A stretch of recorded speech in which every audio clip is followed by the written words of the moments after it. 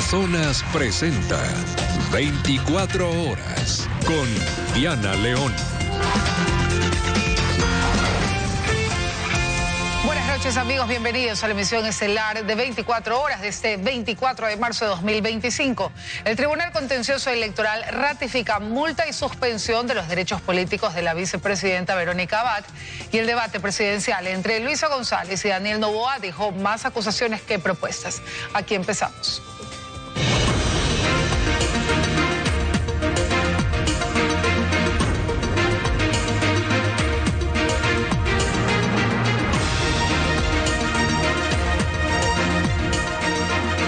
Señalamientos que propuestas transcurrieron las 2 horas del debate presidencial que se transmitió en cadena nacional. Luisa González y Daniel Noboa se refirieron a temas de seguridad, economía, gobernabilidad, educación y seguridad social.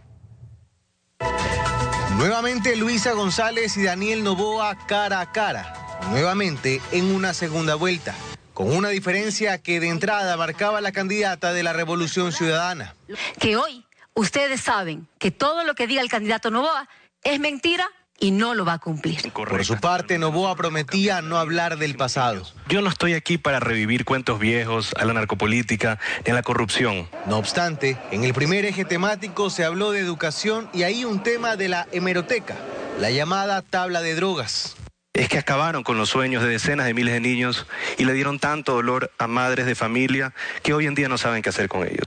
72.000 niños fuera del sistema educativo. Y en cuanto a la tabla de drogas, usted mismo ya la quitó, pues. Entonces, estas cifras no corresponden con lo que usted está diciendo. Y hubo acusaciones de ida y vuelta.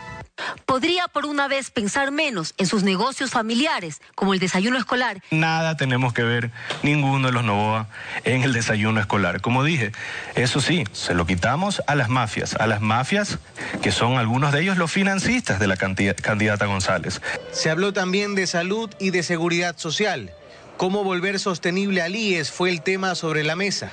Noboa se comprometió a no subir la edad de jubilación ni el porcentaje de aportaciones. González ofreció incrementar el número de empleos. Hubo señalamientos. Tus propuestas en salud no son viables si no se logra erradicar a las mafias de los hospitales. Y las mafias de los hospitales son hoy en día tus financistas. Ronnie Aliaga, después Javier Jordán, gente que es conocido que están metidos en las mafias de salud. María Moreno, ¿te suena? Tráfico ilícito de drogas. Eso es la presidenta de ADN. Y en la ronda de preguntas cerradas a nombre de su movimiento, Luisa González le dio la espalda al ex legislador Ronnie Aliaga. Yo misma lo expulsé de la Revolución Ciudadana, porque yo no tolero la corrupción, ni de los míos ni los de nadie. En el eje de seguridad, González cuestionó a Noboa por las medidas que ha tomado su gobierno. Noboa dijo que con su plan Fénix nos iba a dar seguridad. Mintió. Y Noboa arremetió contra el correísmo por los chats del caso Ligados. Se quisieron tomar la super de bancos y así que pase y que continúe el lavado de activos. Dar el salvoconducto al ex vicepresidente Jorge Glass fue una pregunta a la que González tuvo que responder aquí, sí o no. No, yo lo que haré es cumplir con la Constitución y con las leyes, las mismas que tú violas y por las cuales hoy día estamos aislados del mundo. Hablaron de economía también. Ambos se comprometieron a fortalecer la dolarización, aunque hubo acusaciones mutuas para dar a entender que el otro no. Y a la hora de hablar de gobernabilidad, Daniel Noboa obligó a Luisa González a responder una pregunta que se venía evadiendo desde esa organización política. ¿Vas a reconocer al gobierno totalitario y dictatorial de Nicolás Maduro? Es una pregunta súper clara, sí o no, no divagues como hiciste en CNN. Sí. González también aprovechó la tanda de preguntas cerradas. ¿Le va a cobrar a su familia lo que le debe al SRI, los 94 millones de dólares? No. Candidato. Argumente su respuesta, candidato, en un minuto. El SRI tiene que seguir todos sus procedimientos. 2 horas después, 5 temas tratados, palabras finales, ambos se dirigieron a su electorado. Y así empezó oficialmente la campaña electoral. Carlos Acoto, Teleamazonas. Y las ofensas y burlas se tomaron en gran parte en las redes sociales luego del debate presidencial. Consultores políticos afirman que ese momento podría ser utilizado por los candidatos para desarrollar nuevas propuestas que no se vieron en el ejercicio democrático. Más de 60.000 publicaciones tanto en Instagram como Twitter dejó el debate presidencial. El consultor político Alejandro Zavala en este sentido detalla que pese al número de interacciones que se muestra, hay lecciones que aprender, sobre todo cuando lo que se ha amplificado en redes sociales es lo malo de ambos candidatos. Entonces, lo que estamos viendo en este momento es primero una baja muy importante de las interacciones sobre el tema del debate. Yo creo que no va a durar más de hoy, o sea, me parece que ya estando al mediodía del siguiente día, es muy poco lo que se hace y normalmente han sido las cosas malas. Y aquí Zavala observa como importante que dentro de los cuartos de guerra y de los mismos candidatos se despierte el espíritu de la autocrítica. Para que vean por dónde pueden recomponer los temas. Yo creo que igual estamos muy lejos de la elección, 3 semanas, yo creo que este debate no va a durar demasiado, creo que no quedó demasiado, entonces todas las cosas son enmendables. En tanto y en cuanto se tenga una estrategia clara, así lo diferencia la docente en comunicación política de la Casa Grande, Estefanía Luzuriaga. Cuando el candidato o la candidata acepta la crítica y se suma a la sátira que a veces este tipo de contenidos suelen tener, puede darse un giro positivo. Como si Daniel Noboa aceptara su rigidez, ¿no? Enfócate, Daniel. Ok, entonces lo activamos. Daniel enfocado en economía, entonces el presidente aprobando planes de economía. Aspecto que Luzuriaga señala que también podría ser aprovechado para desarrollar nuevas propuestas. El debate es el momento para hacerlo, es decir, es el momento para amplificar y construir propuestas que logren captar la atención de esta ciudadanía indecisa. Astrix Ingrid, Teleamazonas. Intervenciones, finalizamos Ecuador Debate 2020. Y la candidata de la Revolución Ciudadana, Luisa González, asegura que el debate servirá para que los ecuatorianos reflexionen sobre quién miente. En nuestro segmento de entrevistas explicó que fortalecerá la dolarización, el Consejo de Participación Ciudadana y las relaciones con Estados Unidos.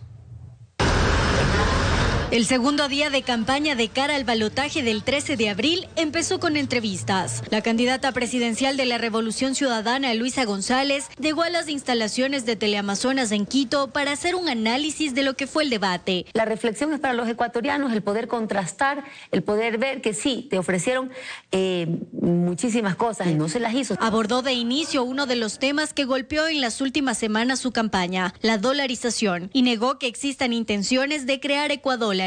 No son de curso legal, hay problemas. Nosotros vamos a tener tal cual tenemos el dólar. Lo que no mantendrá es el IVA en el 15%. Su reducción es una de sus principales propuestas en materia económica. Dice que ya sabe de dónde obtendrá el dinero para suplir esos recursos necesarios para la caja fiscal. Está planificado cerca de 1.500 millones de recaudación a las deudas en firmes a través del SRI. En cuanto a seguridad, no dio mayores detalles de su plan, pero sí dijo que volverá la mirada a Estados Unidos, eso sí, sin bases militares. Han sido muy claros en que ellos no están interesados en poner una base militar en Ecuador. ¿Qué es lo que vamos a hacer? A continuar la cooperación en cuanto a formación, en cuanto a recursos. En esa misma línea sostuvo que reconocerá al gobierno de Nicolás Maduro solo para poder devolver a los ciudadanos venezolanos que representan un riesgo para la seguridad de los ecuatorianos. Para poder llevar cierto tipo de relaciones necesitas reconocer con quién te vas a sentar al frente. Lo mismo haría yo, lo mismo que ha hecho el gobierno de Estados Unidos. Y el presidente Noboa, a través del decreto 370, deja un ingreso masivo de venezolanos. No se hace un filtro adecuado. Pero en el 2008 el expresidente Correa abrió las fronteras, quitó el visado. Eran otras circunstancias. Y sobre la revelación de chats con ex consejeros de Participación Ciudadana para tomarse instituciones de control, sostuvo que son falsos. Negó una amistad con el ex consejero Augusto Verduga, que hoy se encuentra en la clandestinidad. Nadie ha verificado que sean reales. Jamás he conversado con Augusto Verduga sobre temas del CPCCS. Una sola vez en mi vida conversé con el señor Verduga y fue por un tema, cuando éramos precandidatos. Con relación a este cuestionado organismo, señaló que EDA no lo eliminará. Nace para que hayan concursos transparentes en donde no regales puntos por mi simpatía y alguien que saca 10 sobre 20 llegue a ser una autoridad de control. Y esto viene desde el Trujillato. destrozaron la institucionalidad del país. Indicó que en los próximos días continuará dialogando con sectores de izquierda, aunque dejó claras sus intenciones de continuar con una política extractivista. Belén Merizalde, Teleamazonas. El presidente candidato Daniel Noboa se pronunció tras el debate. El mandatario dijo que su postura se centra en la acción y resaltó que los próximos días serán cruciales para el país.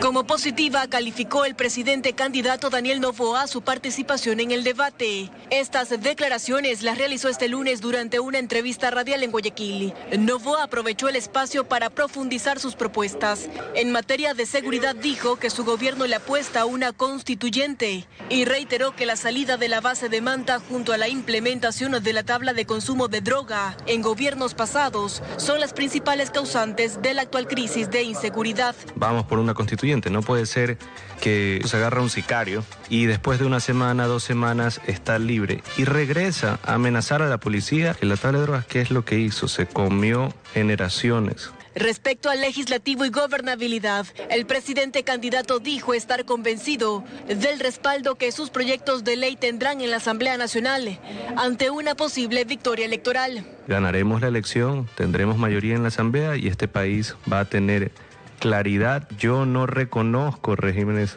totalitarios ni dictaduras. En materia económica ratificó la protección de la dolarización. Dijo que su gobierno decretó al dólar como moneda única y advirtió una vez más que su oponente desea implementar una moneda paralela. El ecuadólar, que es lo que quieren implementar, sirve como moneda alternativa de pago. Podrán pagar bonos de la pobreza, deudas pasadas de proveedores del Estado. Y el momento que ese proveedor del Estado la va a cambiar, ahí es cuando se devalúa. Entonces, ¿quién termina tragado? El pueblo. Respecto a la seguridad social, sostuvo que la edad de jubilación se mantendrá en el país y destacó que para fortalecer el IES es importante otorgar empleo y afiliar a jóvenes. Luego de la entrevista radial, Noboa asistió a un conversatorio con estudiantes universitarios en Guayaquil. En el evento se refirió al periodo de campaña electoral y aseguró que los próximos días son cruciales para el futuro del país. Bernarda Ceballos, Teleamazonas. Ciencia, tecnología e innovación. El Tribunal Contencioso Electoral ratificó la pérdida de derechos políticos de la vicepresidenta Verónica Abad, con lo que queda impedida de ejercer cargos públicos por 2 años. Sin embargo, expertos aclaran que aquello no significa su destitución. Por lo que necesitamos que Verónica Abad no podrá ejercer cargos públicos por un periodo de 2 años, es lo que ratificó el Tribunal Contencioso Electoral en la audiencia de apelación ejecutada este lunes. Con 3 votos a favor y 2 salvados, el organismo suspendió los derechos políticos de la vicepresidenta e impuso una multa económica de $14.100 por violencia política de género contra la canciller Gabriela Sommerfeld. Denotando un abuso de poder y falta de transparencia en su gestión, generando en el imaginario colectivo dudas sobre la legitimidad de su cargo. Ante ello, la vicepresidenta se pronunció mediante su cuenta de X. Si están pensando destituirme con este mecanismo ilegal mediático, están muy mal. Una sanción del TCE no puede usarse como vía para remover una vicepresidenta. Esa competencia está reservada a la Asamblea mediante juicio político. Pero, ¿qué viene ahora? Expertos explican que esto no es su destitución y que a Abad aún le quedan 2 recursos. El primero de aclaración y ampliación ante el TCE en máximo 3 días y el segundo esperar un pronunciamiento de la Corte Constitucional. La Ley Orgánica de Garantías Jurisdiccionales y Control Constitucional le otorga 20 días a las personas para que puedan presentar la acción extraordinaria de protección. No ha sido destituida, pero tiene una inhabilidad. Si bien no cabe acción extraordinaria de protección en periodo electoral, la Corte Constitucional ha regulado ciertas excepciones en estos casos. Uno de ellos es cuando se trata de un proceso sancionatorio que no tiene incidencia en el proceso electoral. Una vez que la sentencia quede en firme, esta será notificada al Ministerio de Trabajo para que registre la inhabilidad, pero no se podrá reemplazar de manera formal a Abad hasta que no se configure su ausencia. Se configura después de 90 días. El presidente de la República está habilitado a enviar una terna a la Asamblea Nacional para que de esta terna se elija a la nuevo vicepresidente o vicepresidenta. No obstante, tomando en cuenta que en mayo acaba su periodo, Silva dice que hay otros factores que analizar. Hay causales taxativas por las cuales se puede cesar en funciones a un presidente o vicepresidente. Creo que el principio democrático, la estabilidad, el rango del cargo requiere y exige una protección mayor hasta que acabe su periodo. Mientras tanto, ambos juristas creen que el presidente aplicará lo hecho anteriormente y bajo un decreto ejecutivo designará a un encargado. Lucía Clavijo, Teleamazonas. Es diferente. No es un precedente para... El Consejo de la Judicatura se queda con apenas 3 vocales, esto luego de que Merck Benavides renunciara este lunes a su vocalía. Esto podría entorpecer procesos como el concurso para jueces constitucionales, así lo señaló el presidente de la institución. El día anterior le hicieron... Merck Benavides, vocal del Consejo de la Judicatura, renunció este lunes a su cargo. Así la institución se queda con apenas 3 de los 5 vocales que deberían conformarla. Es por 2 situaciones. Primero, porque el periodo ordinario ha terminado el 29 de enero de 2025. Hoy estaba ya en funciones prorrogadas. Pero el motivo de fondo es que yo soy profesor de la Universidad Central del Ecuador y en la universidad pues tengo que ir a trabajar a tiempo completo por haber firmado un contrato por una beca de un PhD. Benavides llegó al Consejo de la Judicatura en marzo de 2024 en reemplazo de Juan José Murillo, inhabilitado a ejercer cargo público tras ser llamado a juicio en el caso Vocales. Ahora esa vocalía quedará acéfala, pues ya no existe otro suplente. El Consejo de Participación Ciudadana tendrá que llamar al concurso pidiendo las ternas lo más pronto posible para que vengan ya los titulares que van a durar 6 años. Explica que permanecerá en funciones hasta este miércoles y dice que su salida no debería afectar el normal funcionamiento del organismo, aunque con eso no coincide su titular, Mario Godoy. Lo que podría dificultarse serían los casos que necesitamos una resolución de pleno. Por ejemplo, el tema de jueces de materia constitucional, si no existe un consenso, podría ser un problema si no llegamos a tomar una decisión con los votos de mayoría. Según Godoy, el concurso de jueces constitucionales estaba a la espera de recibir el presupuesto del Ministerio de Finanzas, pero ahora se encontrará con otro problema en caso de no haber consenso. Finanzas se ha comprometido a entregarnos para fondear las 50 vacantes hasta esta semana. Hasta la siguiente semana tengamos ya el presupuesto de manera total. El presupuesto que se requiere supera los $8 millones y la expectativa de Godoy es que hasta el 9 de abril esté todo listo para dar inicio al concurso que designará 50 jueces en materia constitucional. Belén Merizalde, Teleamazonas.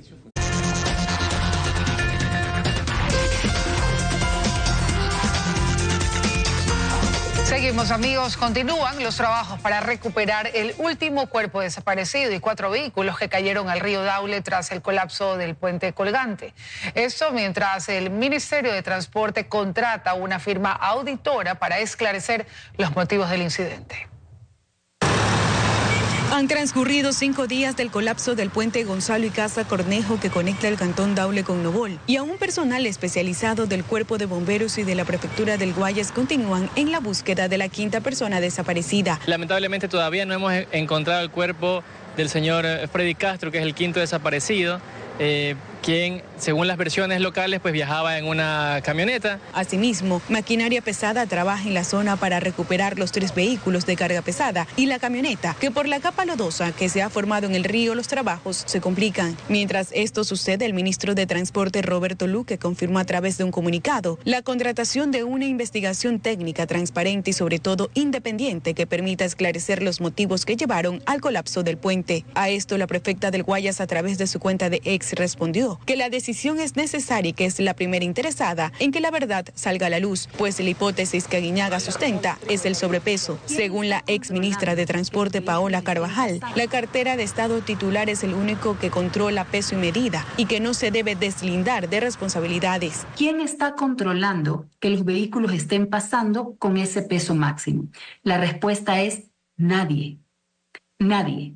Porque no se evidencia en ningún lado un sistema de control de pesos y medidas. Y el único responsable de controlar pesos y medidas en la red vial estatal es el Ministerio de Transporte y Obras Públicas. Según el último reporte de la empresa Conorte, en el año 2023 se realizó el último mantenimiento del puente Gonzalo Icaza Cornejo. Erika Vera, Teleamazonas.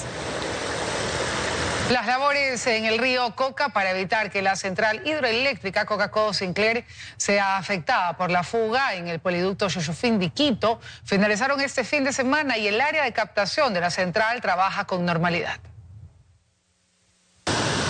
La central hidroeléctrica más grande del país, Coca-Codo Sinclair, ubicada en la provincia de Napo y Sucumbíos, opera con normalidad y se encuentra generando 1.100 megavatios. Esto pese a que este sábado se registró una fuga de combustible por la rotura del poliducto Xusufindi-Quito, lo que amenazaba con detener la operación de la hidroeléctrica por el riesgo de que derivados del petróleo afecten su infraestructura. El mismo sábado, el Ministerio de Energía y Minas examinó la desconexión preventiva de la central. No obstante, esto no se llevó a cabo, puesto que personal de SELEC y Petroecuador colocaron una barrera en el río Coca para evitar que llegue el combustible y afecte su funcionamiento. Además, también realizaron mediciones de la calidad del aire y la concentración de vapores en la casa de máquinas, para garantizar la operatividad de la planta y confirmar que no hay riesgos para el personal técnico o la infraestructura. Posterior a ello, este domingo, SELEC y Petroecuador evaluaron las acciones de limpieza implementadas en la captación para confirmar su efectividad y permitir la operación normal de la central. Por su parte, en un comunicado emitido el fin de semana, SELEC indicó que rechaza cualquier intento de afectar la infraestructura del Estado. Esto sugiriendo que hay un intento de sabotaje por parte de otros grupos. Así, este lunes, el área de captación de Coca-Codo Sinclair ya no tiene barreras flotantes y continúa proveyendo electricidad al país. María Gracia Chacón, Teleamazonas. Y en la ciudad de Esmeraldas, el servicio de agua potable se ha reestablecido en un 50% según la empresa de agua potable EMAPSE. La dotación se concentra en los barrios altos y del sur de la capital de la provincia de Esmeraldas, mientras Petroecuador continúa con los trabajos de limpieza y de contención en el río Biche, en el cantón Quirindé, para mitigar los efectos del derrame de crudo. Se prevé que estas tareas culminen dentro de 5 días y con ello el servicio se restablezca en su totalidad.